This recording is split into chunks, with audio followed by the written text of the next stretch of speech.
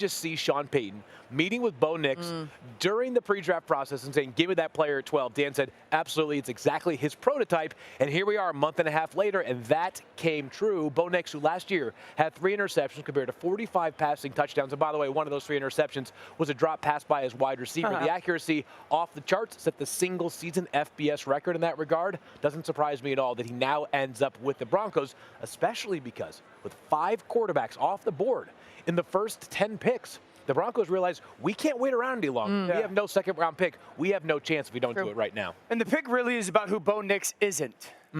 One, he's no longer the player that we saw at Auburn when he was young, running around. And then 2, he isn't this check-down merchant or behind-the-line-of-scrimmage player that everyone kind of categorized him as. He's really become this in-the-pocket ownership type of quarterback. I think a couple things.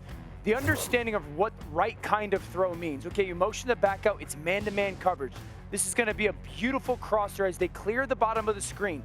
Now, Bo, when he was early on, he would throw this ball probably right now as he gets to his drop, and that linebacker dropping out would pick it off.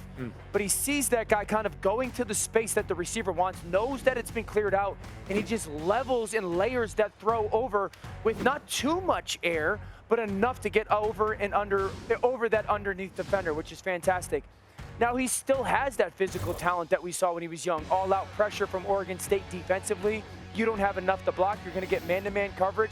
He knows that they can't block it up. I kind of think he sets that and then gets outside of the pocket with the athleticism. Again, when he was younger, he would just run. Now he keeps his eyes down the field and finds a receiver as he's running full speed, cross his body, launch to an open guy for a 35-plus yard gain to Troy Franklin. That's a different type of player. And for the people who sit there and say, well, how's his processing ability? All right, so they're going to try to throw the ball to the back on an angle route as they motion him out. He sets and realizes, okay, that backer that's on the hash, he's following my eyes to the back.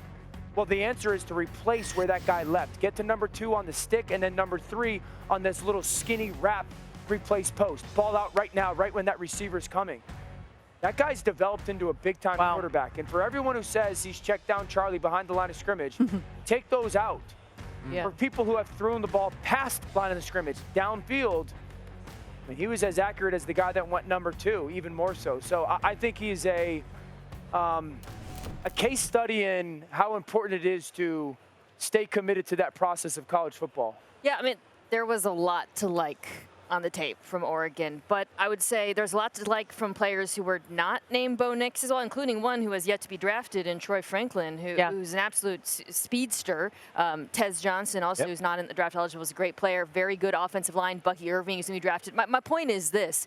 He was in an excellent situation in Oregon, and I'm not saying that to ding him, but I am a little bit worried when I look at the Broncos depth chart that he's walking into. You don't see that kind of speed. There's questions on the offensive line. So while I get the fit, I see the vision, I see that he has a lot of the attributes that Sean Payton has historically liked in quarterbacks, I am a little bit concerned about that sort of transition because he's going to be facing a level of adversity I don't think he really encountered at Oregon. If I was trying to draw, go ahead, Dan. No, go. If I was trying to draw a line between my 2 tiers of quarterbacks in this class, which were the first 3 and then the subsequent 3, if I were to categorize the first 3, it's capable of doing things with less, whereas the next 3, I think, were dependent upon more factors. As Mina was just describing with Bo Nix,